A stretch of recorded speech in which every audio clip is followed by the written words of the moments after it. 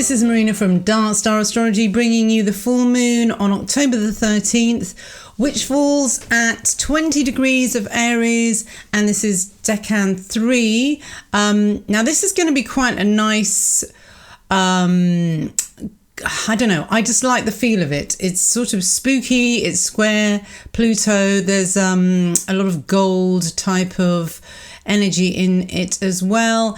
It falls in the sea monster, Cetus the sea monster, and the tarot card for it is the Four of Wands as well. So that's actually quite a nice card. So it's a kind of mix of gold. When I think of gold and Pluto, they sort of go together as well because of gold being buried deep in the mines, Pluto's mines underground. Oil is called black gold as well. So yeah, the imagery for this is, I think it really captures the feel of it. And I'm really getting into the arts these days and talking in pictures rather than words. That's on my website anyway, but not for YouTube. So yes, we have to speak on YouTube, although I will try and put some imagery into the presentation as well. So I've just come back from holiday as well, so I'm feeling a little bit weird about getting back into astrology for some odd reason. I don't know why, but you know, if I'm a bit rusty, do forgive me. I'm just not used to doing this after it's only been a week. But anyway, so full moon in Aries, what's it about? I think it's about, well, it doesn't have any dignity in this decan, first of all. And usually the watery emotional moon is quite uncomfortable and even vulnerable in Aries. So, but however, this Venus-Jupiter ruled decan has a certain watery vibe due to the seafaring stars that are found here. And I believe that emotions channeled in the right way during this time can make us successful despite the problems of some of the more difficult fixed stars in this decan. The moon can ebb and flow through this decan's rough seas, and the moon feels quite at home here since the dark lunacy of this decan is something that the imagination can really thrive in.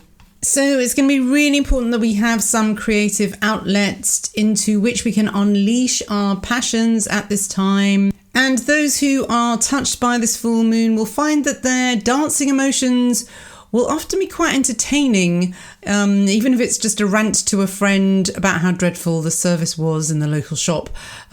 So this, your personal spin on the event makes the experience an adventurous quest rather than a mundane moan about some inferior fruit and veg.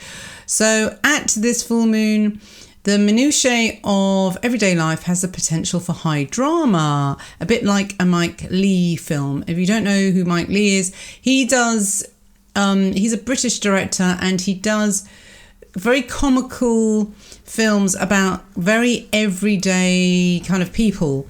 And it's just, I don't know, he just finds it's very true. They're very poignant and very true, and they're not glamorous films, they're just everyday life.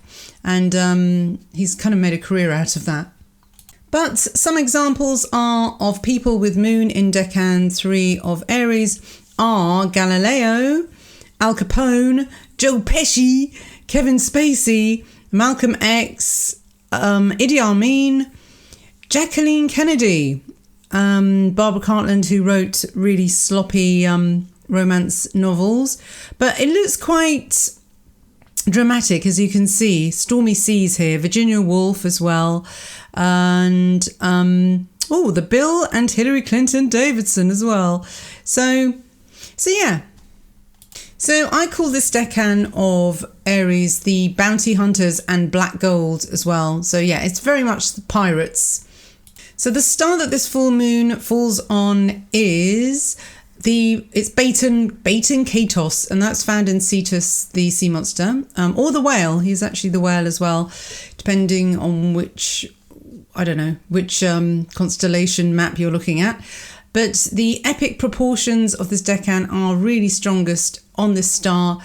This was the monster sent to devour Andromeda, And in general, this constellation is said to cause laziness and idleness, but to confer an emotional and charitable nature with the ability to command, especially in war. So really weird traits when you think, laziness and idleness, but then ability to command in war as well. Actually, it makes me think of Boris Johnson a little bit there. Makes one amiable, prudent, happy by sea and land, and helps to recover lost goods. So, and he also says that it gives compulsory transportation change or emigration. Wow. So that's, deporting people, I guess. So that might be in the news during this time. Misfortune by force or accident, shipwreck, but also rescue, falls and blows. So it's a little bit dangerous too. And I wouldn't go out sailing on this full moon with a drunken sailor, put it that way. Go with someone who knows how to sail properly, and don't take any chances, I would say. And if it's blowing a massive gale, then just don't do it. So that's the sort of the warnings that will come with this full moon. Now, Elsbeth Ebertine is even more negative about this star, saying the whale really means monster. The Saturnine properties such as inhibition, reserve, caution, solitude and simplicity are often forced onto such people, either by a mundane power or a higher power. Sometimes ideas are propagated which make the life for the native trying or tiresome. So, you've got to think of this as also just whoever is connected to this moon. So it's not everyone's going to be affected by these most negative attributes or energies, but more likely if you have a challenging planet on 20 degrees Aries, or say you have your ascendant and it's squared by Pluto and this moon falls on it, then it's going to it's going to bring a challenge, that's all. And as always, I always say, when it's a difficult energy coming along, difficult energies are always something that will be rewarding in the end. It's like just before you get sick, isn't it? You feel really, before you want to vomit, you don't want to, but you have to, and it's not a pleasant experience to vomit something up. Sorry to bring up vomiting, but you always feel better afterwards. So you have to go through the pain, and that's all natural law is about, and that's why astrology is so helpful to us. So it's just a warning for this full moon that there are going to be some bumps in the road, and to brace yourself. So if you do happen to be a moon Aries 3, then as you get older, you just become very resilient, and this is really the position of the survivor as well. And of course, the more knocks you take and the more you face them, and it makes you stronger, doesn't it? So survivors, the wounded healers, and people who have taken a few hard knocks, but at the end of the day, it's better than being a snowflake. So these people are as tough as old boots, but as they get older, their life kind of gets easier, because they should have, they will have developed strong armor against any attackers, really, and they need to develop boundaries and strong armor, really.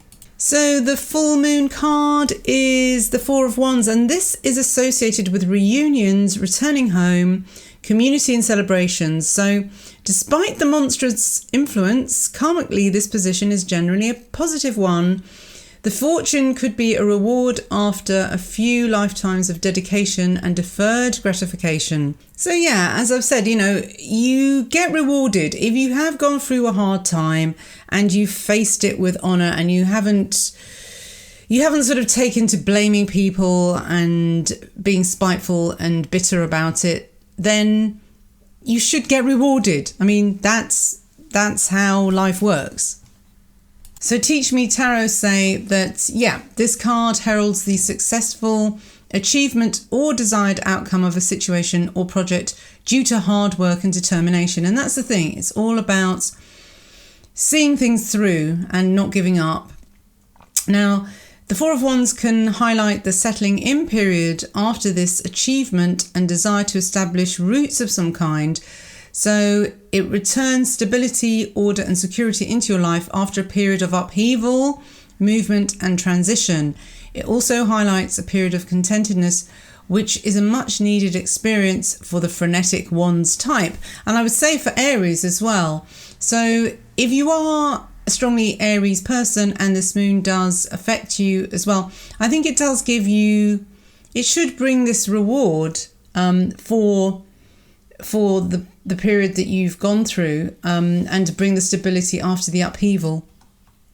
Because also, if you look at the chart as well, it's a T-square. It's a T-square with Pluto, and Saturn is it's not on the South Node anymore, but it has been there, and there seems to be, it just seems to be everywhere I look really, is there are chickens coming home to roost, and also reunions. I mean, personally, it's happened to me, and forgivingness and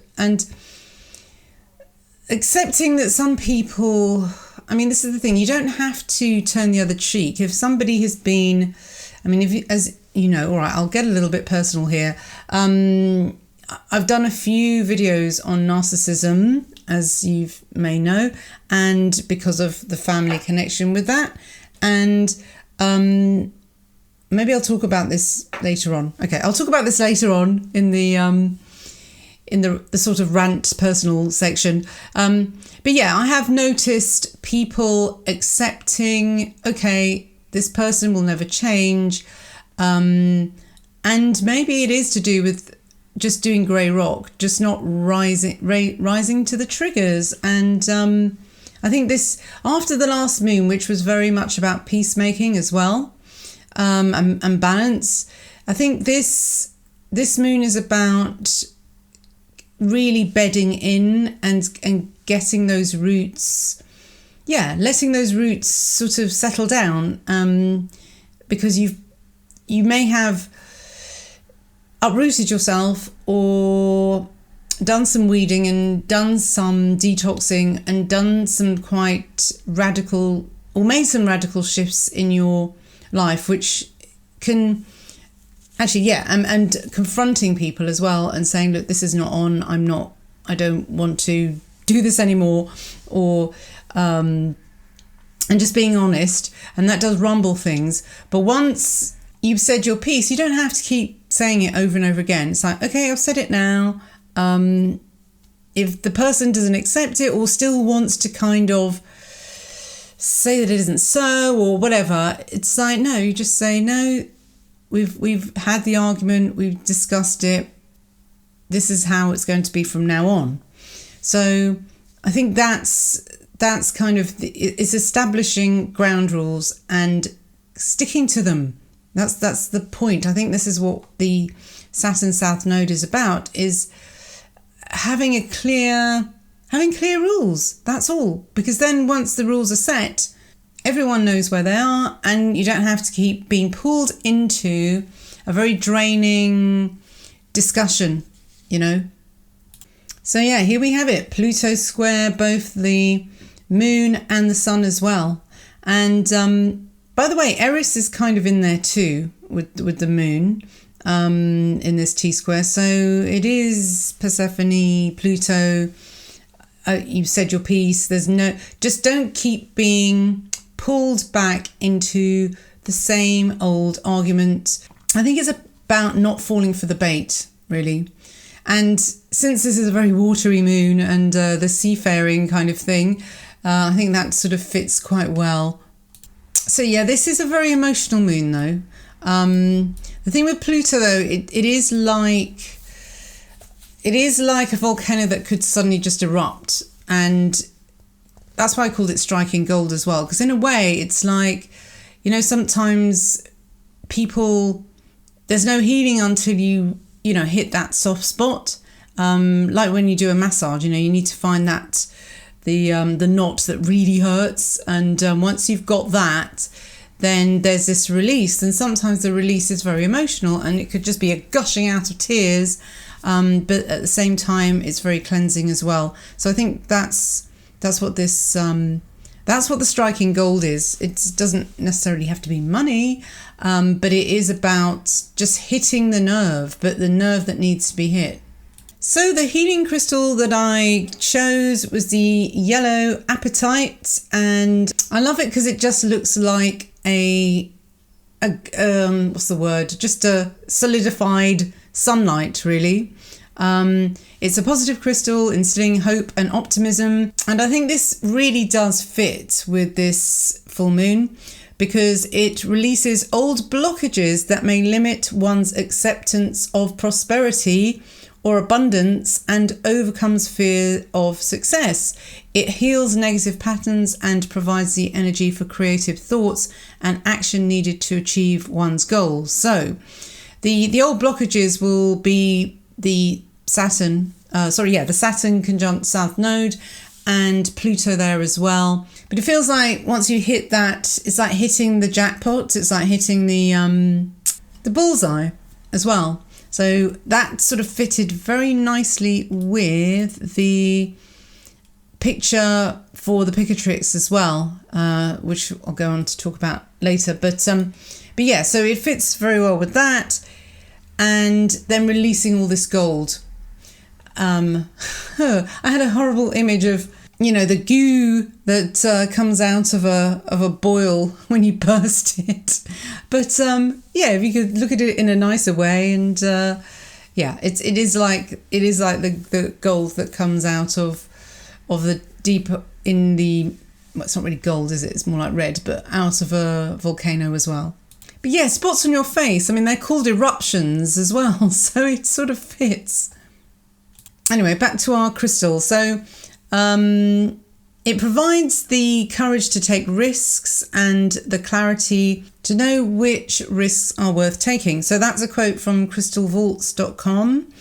And Energy Muse say that it's a high vibrational crystal that eliminates any stagnant energy from your body. Again, this is good for the Saturn South Node people and also the Pluto as well, if you're having the Pluto transit. So it's a wonderful stone for anyone who tends to get to stuff their feelings and emotions deep down inside. That's you Scorpios, allowing for a gentle release and encouraging you to let go.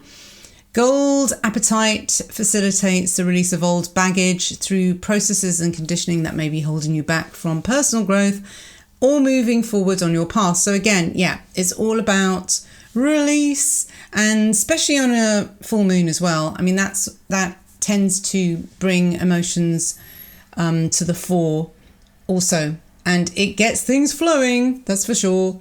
So the third face of Aries, according to the Picatrix, says, a restless man having in his hands a gold bracelet, wearing red clothing, who wishes to do good but cannot. This is a face of subtlety and subtle mastery and new things and instruments and similar things. I just love the Picatrix. So that's the artwork that inspired Jay Swafford. So and hitting the bullseye and the gold, it works beautifully, really does. So I'm well into art at the moment. And it's making me think of a stormy Turner painting, a dark storm with a schooner, pirate ship going. So I haven't really got a rant for this week because I'm too chilled from my holiday. It was a holiday, of course it was, but it was also the reason that it had a reason. It was a reunion, and this is quite sweet, really, because thanks to doing a DNA test, I discovered the half uncle that I didn't know I had. And it turns out he's one of 4, and that meant my mother had a half brother, has a new half brother. And there's more of them as well, but they're all over the world. But the granddad, I always had a query of, my Persian, supposed quarter Persian side. That's why I did the DNA test. Turns out it's not there at all. So there's no Persian in me at all. It's apparently I'm 100% Italian now. And so, yeah, so this granddad, my real granddad, is Maltese, but it's Malta comes under Italy, so that's why. Anyway, the thing was that I got in contact with this half uncle, and he wanted to meet my mum's, and he wanted me to come with him because he didn't want to meet her on his own. So I had to kind of chaperone him, and I had got back in contact with my mum again. This is sort of a narcissistic update for you, by the way, because so I know some people are kind of interested to know about these things. So yeah, I was no contact or very, very limited contact for about a year. Yeah, it was getting on for a year. But then because of this uncle, I had to make contact again, and I was actually quite excited to tell her this as well. So yeah, so now I'm back in contact with my mother. It's good because it's not, because of the time apart, it's now on my terms, and the boundaries are really strong, and I don't feel drained by her now, and it's great. So we don't expect to be in contact every week like it used to be. And because when I used to go to Spain, I used to stay with her, and that used to get really strained after about the third day. So this time I just rented somewhere, an apartment in the really nice village close to her, not actually in her block of flats because they're not that nice really. So yeah, and it was also where my uncle was staying as well. So we got to spend some time together as well, and it went well. It went well.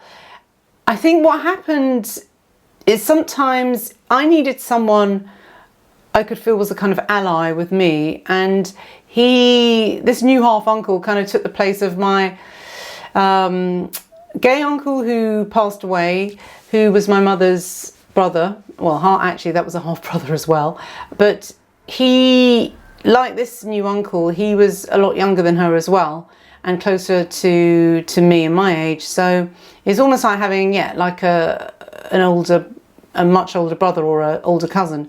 It felt more like that.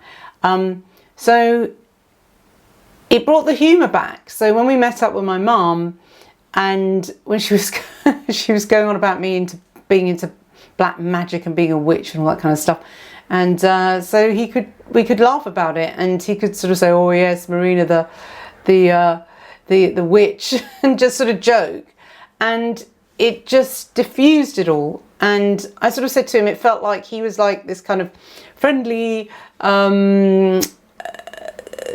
friendly, funny dog, and between two cats that are like hissing cats, basically. So it diffused it all. So yeah, what I want to say to, I guess, other people who have narcissistic parents, I think I was making it worse by being quite scared of being in contact with her in case that it was like some sort of I don't know how to describe it, but it was like I was catching something, like I was catching narcissism, and I thought it was almost like it was cursing me if I was in contact with her too much, if it makes sense, and or that she was being, like the vampire, like she was vamping my energy, and I used to feel really drained. But now it's water off a duck's back, because I do feel sorry for her, because she is paying for her mistakes. Like karma she's reaping what she sowed, and she keeps saying, "Oh, I'm all alone here now, and I don't get to see you," and da-da-da. But I don't let it make me feel guilty anymore. It's not my fault. She made these life decisions.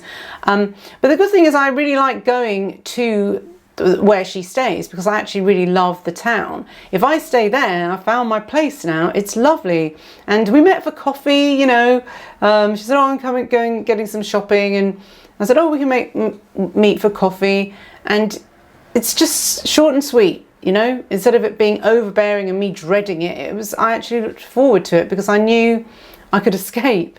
And so that's how it's going to be from now on. And I think you can blame, I felt like I was blaming her a lot for my own mistakes, and these are my mistakes. So it's very easy to sort of say, oh, my life is like this because my parents was like this. And hearing the stories of my uncle's family as well, like his father, my grandfather, was very rigid. He was very cold.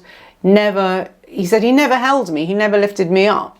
And I thought, oh, maybe this is where it's coming from. And it helped me understand where my mum was coming from as well. And it's funny because she never knew him. She only met him once. But you could see the character traits. And that's why it's so important to know your family and where you've come from. Because then you know, you can see and you can understand it more. And so yeah, that's that. I just thought I want to share my happy story. It doesn't mean I've forgiven my mum, but it's not up to me to dish out the karma. It's you know, it comes to her. It comes to anyone.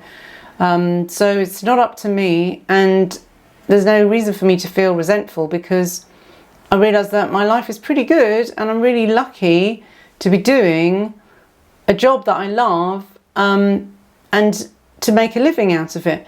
If you can live in this world and not be in debt to the matrix, then that's success. And although we all make mistakes, and you know, a lot of us have had broken relationships and difficult experiences with their parents, but so many people have, because there's a war on family anyway. There's a war on relationships anyway.